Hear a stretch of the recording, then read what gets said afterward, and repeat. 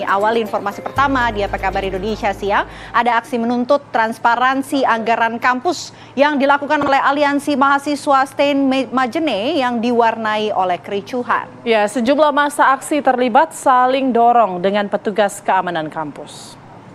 Ya, dari Ambon, Maluku kita menuju ke Bandar Lampung, pemirsa. Ini ada seorang pria menodongkan benda mirip senjata api ke arah warga di Bandar Lampung, dan viral di media sosial.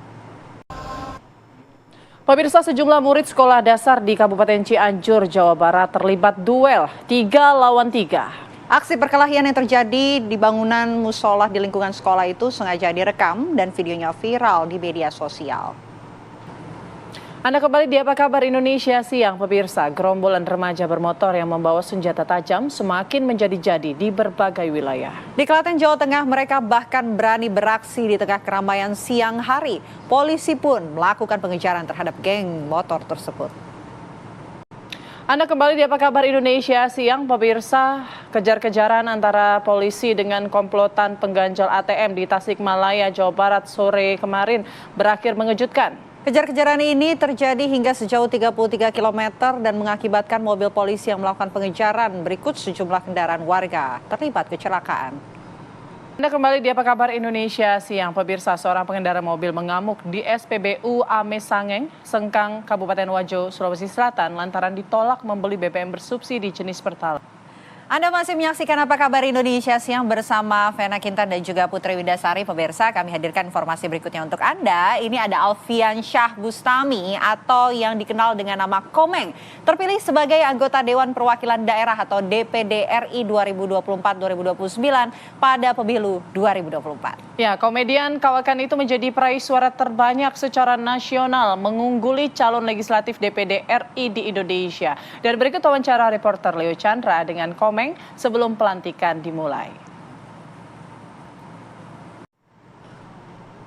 Pemirsa, ada yang unik dari pelantikan anggota DPR RI pagi tadi. Biasanya para anggota dewan mengenakan pakaian resmi berupa jas. Namun ada salah satu anggota dewan ini mengenakan kostum tokoh pahlawan Ultraman. Siapakah anggota dewan tersebut? Kita langsung tanyakan kepada rekan kami, Celia Alexandra yang berada di gedung DPR RI. Celia, silahkan.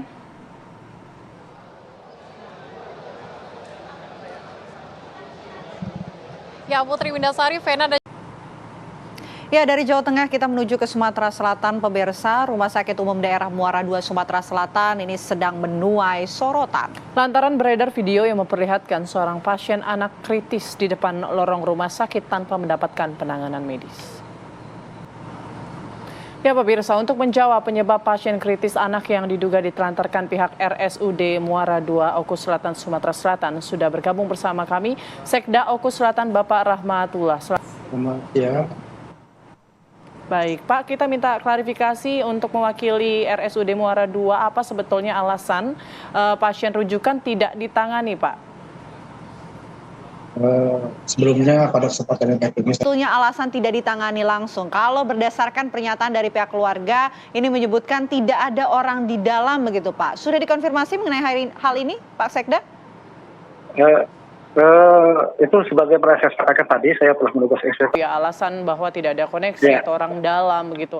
Apa yang kemudian sanksi yang bisa diberikan ke RSUD? Mengingat ini bahkan masuk ke dalam ruangan rawat pun tidak begitu, IGD pun tidak, tapi justru ditelantarkan begitu di luar RSUD. Ya, tim yang saya tugaskan itu terdiri dari inspektorat. Anda kembali menyaksikan Apa Kabar Indonesia siang, pemirsa. Seorang polisi di Lampung memergoki 2 pelaku begal motor bersenjata api yang merampas sepeda motor warga. Polisi yang baru saja menjemput anaknya langsung mengejar pelaku sambil membawa istri dan anak.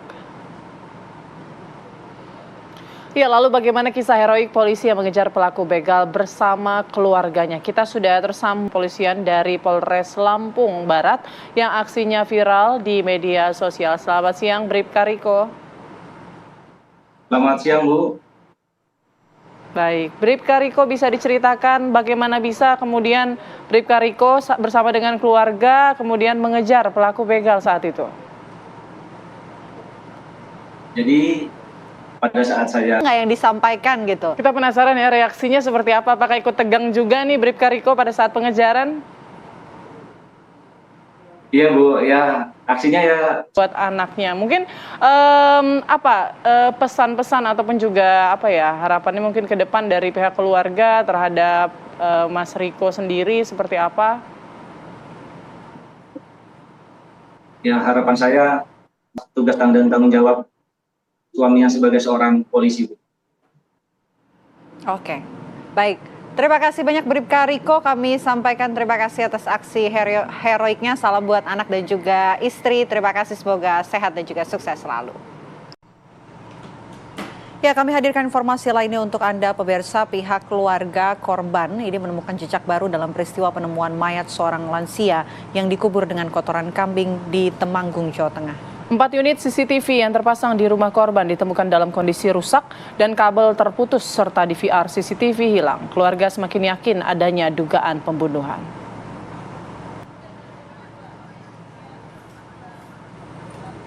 Ya, dan untuk memperbarui informasi berkaitan dengan penemuan mayat di kandang ternak di Temanggung ini, pemirsa, kami sudah terhubung bersama dengan Ibu Miss Mini selaku ibu dari korban. Anda kembali di Apa Kabar Indonesia Siang. Pemirsa, inovasi sekelompok penyandang disabilitas di Yogyakarta menghasilkan alat musik akustik dari bahan yang tidak biasa. Kursi roda bisa dibuat menjadi alat musik perkusi, sementara tongkat menjadi seruling. Mereka memainkan alat musik kreasi sendiri seperti sebuah band akustik.